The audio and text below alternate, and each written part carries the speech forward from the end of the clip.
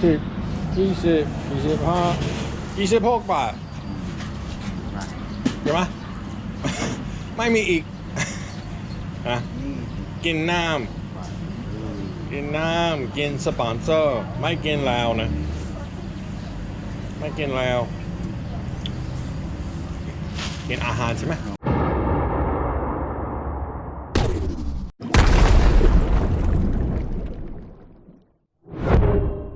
Hey folks, and welcome to Surin. We're just out cruising around in Surin tonight. This looks like an interesting area. We'll have to come back here. But we're just riding around and trying to see what's good.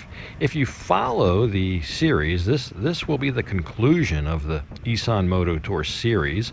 In the last episode, we left Ubon Ratchathani and our destination was here in Surin. Tomorrow, we go to Sa Kaeo, and that will be our last stop before heading home. So in this episode, we'll explore a little bit of Surin, take a quick look at Sa Kaeo, and then we'll have time at the end to summarize the whole trip, tie it up with a nice bow. But here, I'll show you where we're staying in Surin.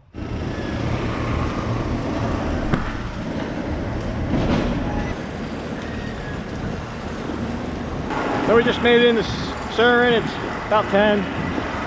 We'll get checked in. This looks like another pretty good location. So, we'll go get checked in and check out the room and see what's doing.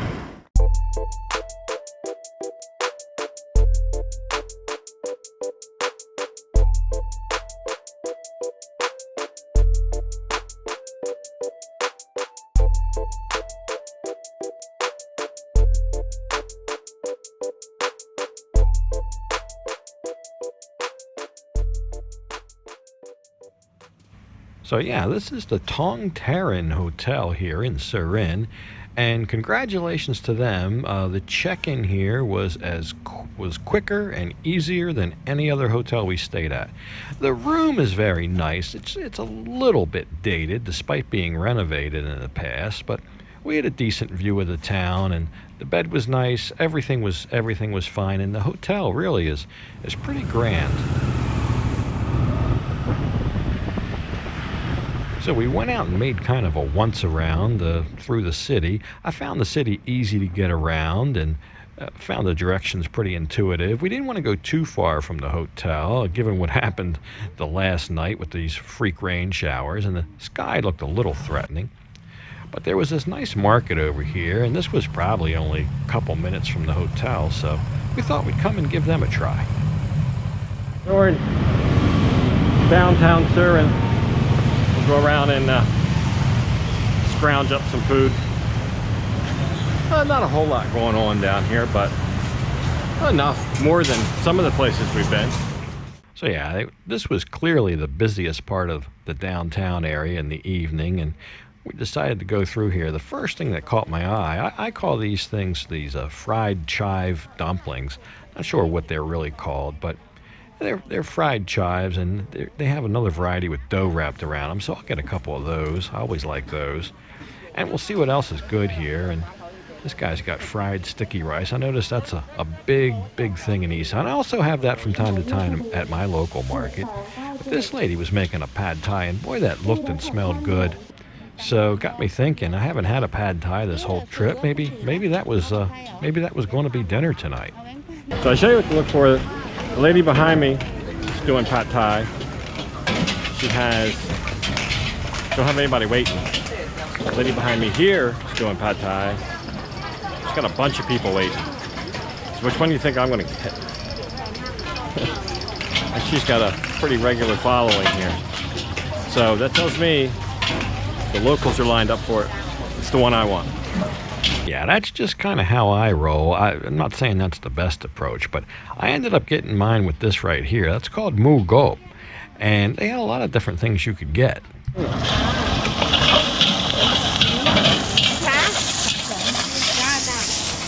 Watch how quick this is. Quickest I've ever seen.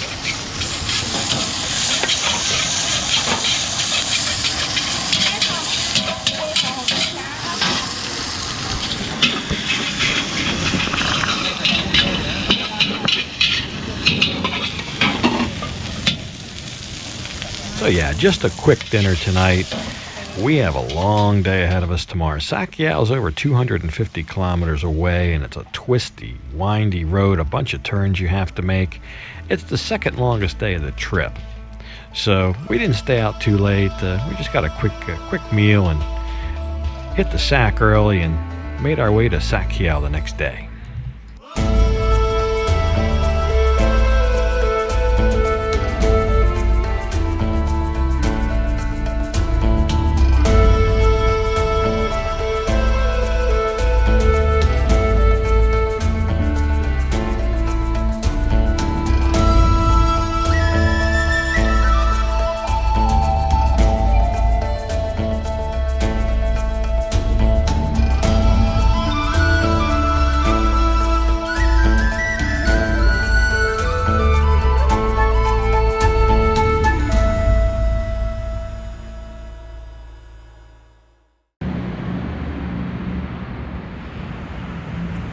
2 weeks exactly to the day we left home.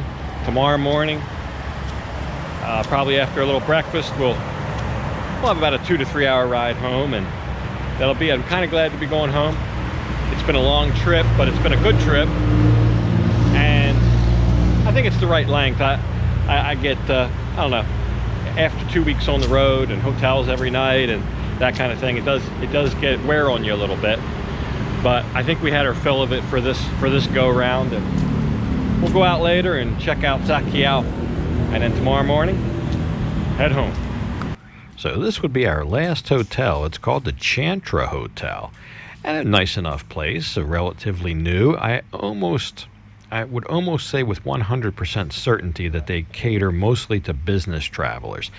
In the morning there was nobody in the parking lot, but the parking lot would fill up.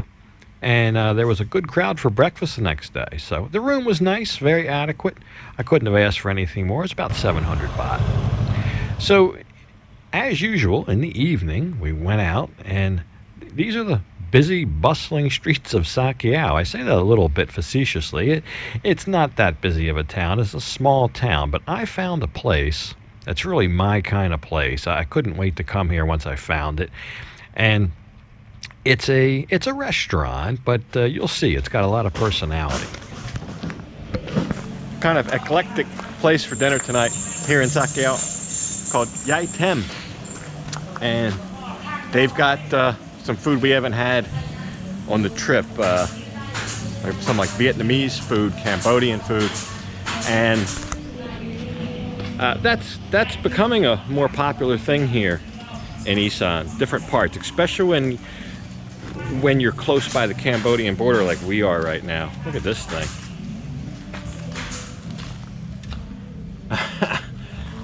That's pretty tough.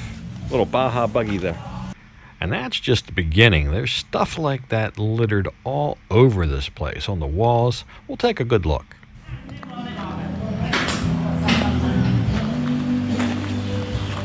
All right, I'm glad you wore your mask. If not, you know, we would have had words. So before we get too carried away looking at all the characters, let's look at the menu. The menu is very simple. We've got about 6 or 7 different things, and we're getting all of them. They've got that special down there, 399 baht for the lot.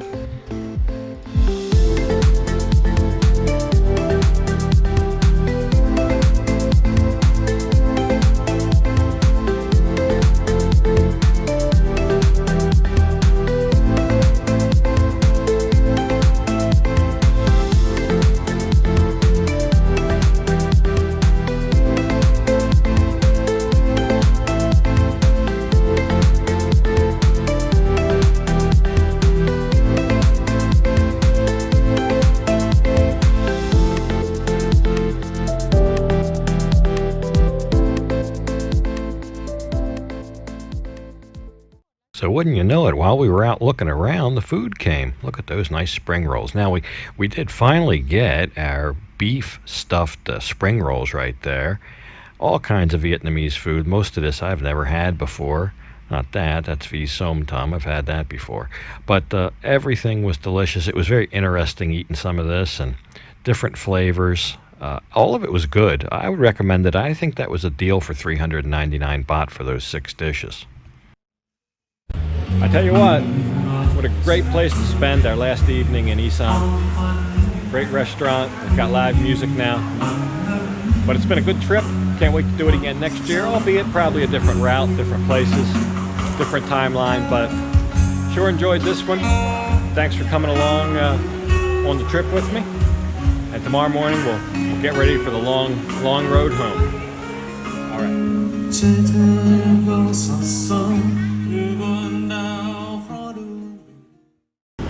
So it's great to be back. Just gonna get the bike cleaned up today. Get all the road dirt off of it. Guess we'll summarize the trip a little bit. First, what did it cost? How much did I spend? Total of 15 days on the road. I'll show you all the stops. But a total of 14 nights on the road. One night I stayed at a friend's house, so 13 hotels. Total for the hotels was 10,476 baht. About $335, $340. Gas, I used an average of 200 baht of gas per day. So right at 3,000 baht for gas, or about $100 for gas. Keep in mind, I had 2 people on the bike the whole time, luggage. So that extra weight, you might think that's a lot of gas. That extra weight, you use more gas when you have more weight. About $100 in gas, about 340 on hotels. Let's just round that up to about 450. We spent a total of just over 1,000 US dollars, about 32,000 baht. So after you take out the gas and the hotels, that leaves about, just say 575, almost 600 US dollars for food, incidentals, activities, just miscellaneous stuff. That comes out to about 40 US dollars a day, maybe about 1,100 baht a day for food for 2 people, drink for 2 people, activities, incidentals, things you have to buy on the road. So all totaled a 2-week trip, and actually 15 days, roughly about 1,000 US dollars, a little over, about 32,000 baht. So what would I do different if I had to do it again? What did I do right? What did I do wrong? The biggest thing I would do if I had to do it over again would be to divide the trip in half. Take maybe the western portion of Isaan and do 2 weeks there, and then maybe take the eastern part, or the area close by the Cambodia and Laos borders, and make that a separate trip. It's a lot to tackle in one time, and the collateral damage that you suffer is you don't get to spend a lot of time in each city on a 2-week trip. So you can either make a longer trip, but I don't like to be gone more than 2 weeks. I think 2 weeks on the road is about the sweet spot for me. I think the secret would be then is to make less stops, less cities. Instead of spending 1 to 2 days per city, spend more like 2 to 3 days per city, and maybe only do 5 to 7 cities instead of 12 to 13 cities. The thing I did the best that really worked for me is doing all the traveling in the morning. We would do an average of about 150 kilometers per day. Waking up at 6, hitting the road by 6:30, and basically having that, it's only 150 kilometers, maybe 95 miles, having that done by 9:30 in the morning. It's cooler, the traffic is less, there was less chance of rain. You don't experience as many things like police checkpoints. In the mornings, the police are busy directing traffic into towns, schools, they're working school crossings, they're doing stuff like that. The checkpoints usually start somewhere between 9 and 10, 11. By that time we're off the road, so we had very few checkpoints. In the morning you have less checkpoints, cooler temps. It was just brilliant traveling that nice 3 hours in the morning between 6 and 9, 6:30 and 9:30, whatever. I've had some questions about the cities that I visited. Why didn't I go to Buriram? Obviously a quintessential Isaan city. I went there last year for a week, so I put a pass on it this year. But I would definitely recommend stopping there on any kind of Isaan trip. Nong Khai was another one. I really wanted to go to Nong Khai, but Nong Khai is a dead end. You have to retrace your steps. When I did the route, when I planned the route, I never wanted to retrace my steps. I wanted to make a circle. Nong Khai, basically you go up and you you have to come back. I didn't want to retrace any steps. But all that's just up to your route planning and what you want to see and where you want to stop along the way. Suffice it to say, if I miss the city on this trip, you can bet I'll hit it on the next trip. But overall, hello! Overall, great trip. I'd do it again tomorrow. I've always had a passion for the road, for a little bit of exploration, seeing something that I've never seen before. Even going to a familiar place but taking a different way can also be satisfying. So there'll be other trips with different themes, different places, different people, and I hope you'll come along for them. But let's take a quick look back at this one and remember all the good times we had the last 2 weeks.